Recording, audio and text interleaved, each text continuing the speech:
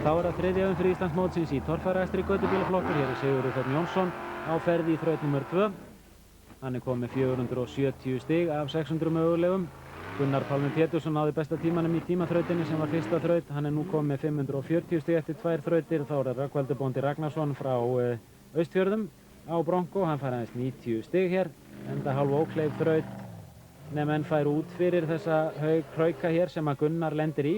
Gunnar kom mjög seint að þessari þraut og sá ekki hvað aðrir keppendur gerðu og fer því hér aftur fyrir sig, fær aðeins 110 stig, komið 350 alls.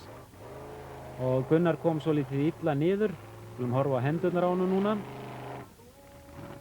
Fyrst missir hann takið á stýrinu og við það hefur hann ekki það tak sem að menn hefðu annars og því verður meiri slingur á hrygginn á honum heldur en undir eðlilegum kringumstæðum.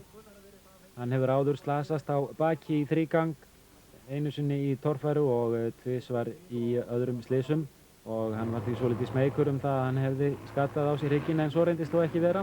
Og hér er svo komið Rafn Arnar Guðjónsson og hann er komið með 520 stig eftir 2 þrautir. Þriðja þraut og Gunnar Pálmi missir bílinn hér út til hægri, fer fram hjá hliðinu sem er þarna á hólnum, kominn út úr braut og fær ekki nema 50 stig fyrir þessa þraut. 590 stykki.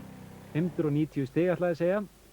Og sömuleiðis fyrir Rögnvaldur, hann stoppar reyndar hér 360 stig og hér gerir svolítið athyglisvert.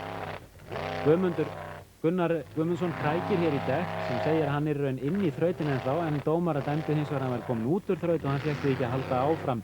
Það má kannski ætla það að Gunnar hafi orðið á nokkrum stigum þarna. Og þá er það Rafn Arnar, við skulum muna það að hann leiddi lengi vel á Akureyri í fyrstu umferðinni. Mætti með bílinn í góðu lagi í umferð nr. 2 á Egilsstöðum en velti illa í fyrstu þraut og var því ekki meira með. Hér drepur hann á, rennur og langt aftur að bak, komin út úr braut og fara hans 180 stig. Slagurinn fyrsta sætið er harður. Og Sigurður Jónsson, hann fer rétta leið. Já, krækir öðru hjólunni gegnum endarleiðið, komið 695 stig. Þraut nr. 4.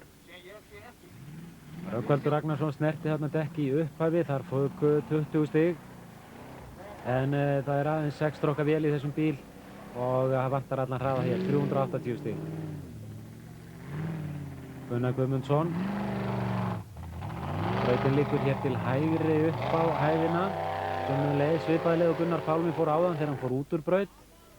720 stig er hann komið með.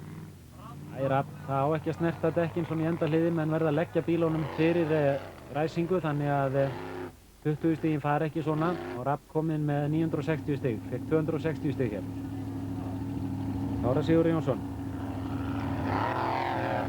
Hefur stundum aftur bilað með að stríða og það gerist einmitt hér. Hægra afturhjól dregst út úr drifbúnaðinum og því hefur hann aðeins drif á 3 hjólum. Og það er ekki nóg. Torfari og Gunnar Pálmi fer alla leið, kom með 880 stig. 5. þraut, sama þraut og sérútbúningflokkurinn átti að fara og gera færa en hún var hins vegar ófær.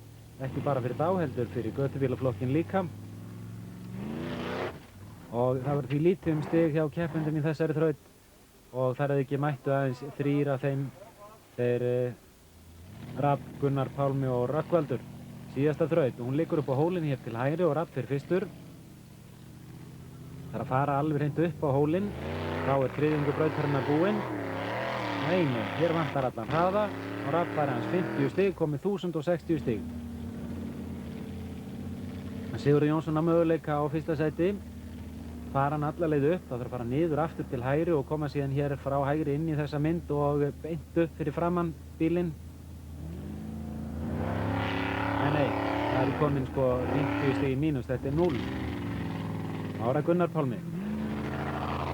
20 stig á dekkinu og búið með nítróið, vantar allan kraft, aðeins 990 stig, átti möguleika hér á fyrsta sætinu. Gunnar Guðmundsson mætti of seint í þrautina og þar með fór hann aftur fyrir röðina, það dragar 60 stig frá. Síðan fer hann hér upp á og hann missir önnur stig í því að taka niður dekk og hér er úrslitin. Rafn Arnar Guðjónsson sigrar með 1060 stig, góður árangur hjá honum. Gunnar Pálmi í öðru sæti með 990 og Sigurður Jónsson í þriðja sæti